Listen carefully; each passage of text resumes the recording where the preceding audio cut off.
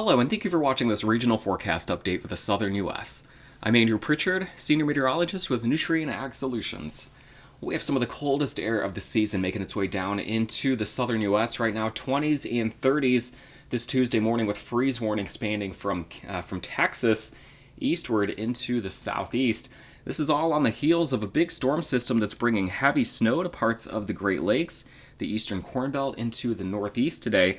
That strong flow coming in behind that, again, delivering this big push of cold air that, as I put this into motion, you can see it expanding all the way across the Gulf of Mexico here as we head into this Tuesday morning. So a big push of cool air has a big chill across much of the central and southern U.S. here to start this first day of December.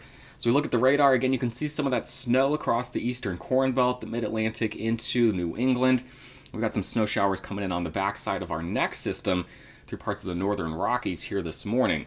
So on the left, we've got the hazards map from the National Weather Service. You can see the big purple shading. That's your freeze warning from Texas to Florida and southern Georgia.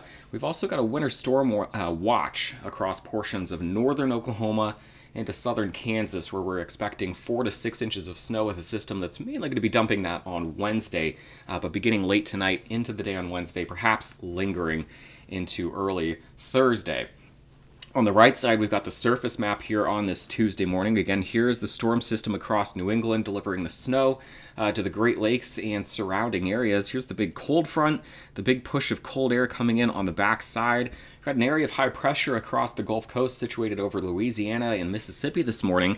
So cold air coming in on the back side there. We get the flow coming around, though, clockwise out of the south on the west side of that. So as we head later into the day into tomorrow, that's where we get that return flow, that return feed of Gulf moisture into that next system, dumping the snow on Kansas and Oklahoma, and also producing some showers and thunderstorms from Oklahoma down into Arkansas, parts of eastern Texas and Louisiana as we head into Wednesday and Thursday. So here's your next 7 days of precipitation from the National Weather Service. Again, this is generally from that Wednesday, Thursday system. It's potential we could see another one come in early next week, but our main focus as far as precipitation is going to be on that Wednesday, Thursday timeframe across the south. Here's your total snow between now and Friday morning. Again, 4 to 6 inches possible, generally around the Kansas and Oklahoma border.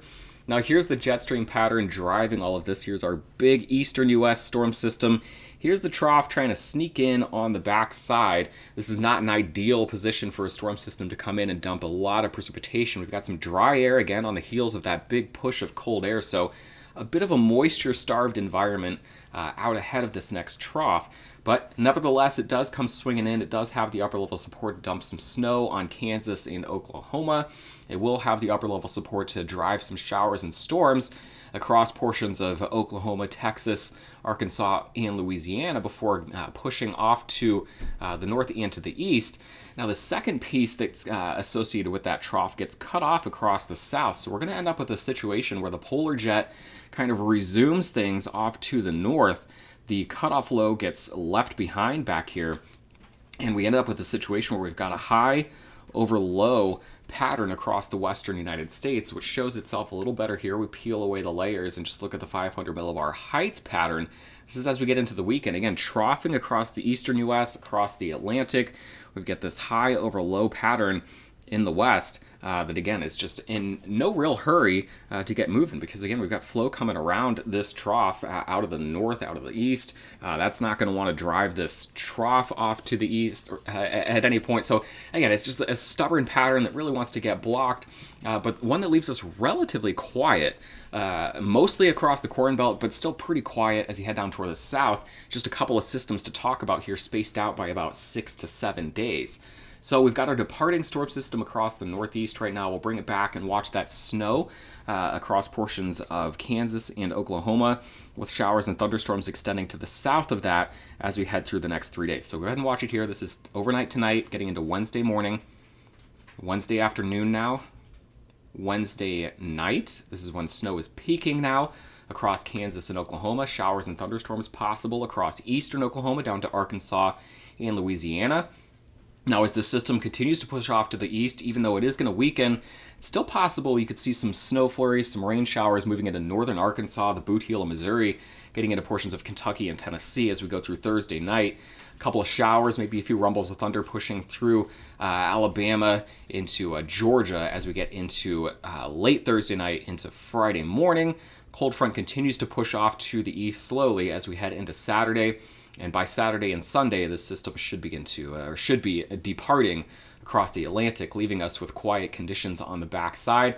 If we continue to take this out here into an area where I've got very low confidence on the details, the European model right now wants to kind of bring the next trough in somewhere around mid next week. But again, the track on that, the intensity, and whether or not it actually exists in this fashion, we'll talk about that more as we get later into this week. So there you saw it. It's our Tuesday, Wednesday, Thursday system departing on Friday, leaving us then with a quiet weekend across the south. So here's your next 7 days of precipitation, verbatim from the European operational model. Heaviest precipitation expected right here in this corridor, where we could see anywhere from a half an inch to maybe an inch and a half, and some of the higher amounts where we get some of the thunderstorms as you get closer to the Gulf Coast. It's possible then we could see a few tenths of an inch to maybe a half an inch, maybe locally higher than as the system continues to move west to east slowly as we get toward the end of the work week. Total snow then, here's your snow across Kansas and Oklahoma, that swath of 4 to 6 inches. Again, as this thing slowly moves off to the east, getting into Thursday night, maybe some snow flurries falling here across portions of southwest Missouri, getting into southeastern Missouri toward the Boot Heel, northern Arkansas, getting into Tennessee, maybe a couple of snowflakes as far south as northern Alabama. I would say that's very unlikely, but just maybe don't be surprised by that on Thursday as some of this colder air comes in on the backside. Now again, with that high over low pattern out in the west, troughing at times across the east, we're going to end up with a temperature pattern here that does at times send some cold air down into the south, much like we're feeling right now. So we'll be a little bit anomalously warm to the north and anomalously cool to the south. I need more coffee if I'm going to be saying anomalously multiple times in the same sentence there. But we're still going to get that temperature disparity. It is still December. It's still going to be colder across the northern plains than it is down in the south, but temperatures pretty close together here as we move north to south across the lower 48, which is unusual for this time of year. So to have overnight lows here tonight into tomorrow morning in the 20s, all the way from North Dakota down to the panhandle of Florida. So pretty cool there. Very uniform temperatures as we head into the overnight. But again, that does mean that we're going to be seeing those below freezing temperatures across the southeast once again tonight. They'll start to warm up and moderate as we head into Wednesday night and Thursday morning. Still looking at a big chunk of Alabama, Georgia, and the Carolinas, and then portions of Texas still dropping below freezing as we head into Wednesday and Thursday morning. And at times that could continue into the late week into the weekend. We'll look now at your high temperatures over the next 5 days. Here are your highs for the day on Tuesday.